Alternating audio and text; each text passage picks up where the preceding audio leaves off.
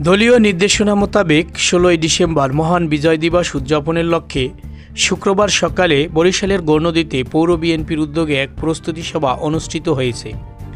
পৌর বিএনপির ভারপ্রাপ্ত আহ্বায়ক মোহাম্মদ শফিকুর রহমান শরীফ স্বপনের সভাপতিত্বে শুক্রবার সকাল ১০টায় সরকারি গৌরনদী পাইলট মাধ্যমিক বিদ্যালয় মিলনায়তনে এক প্রস্তুতি সভা অনুষ্ঠিত হয়।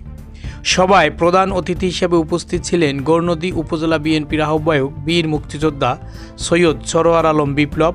বিশেষ অতিথি হিসেবে উপস্থিত ছিলেন গৌরনদী উপজেলা বিএনপির সদস্য সচিব শরীফ জহির সাজ্জাদ হান্নান।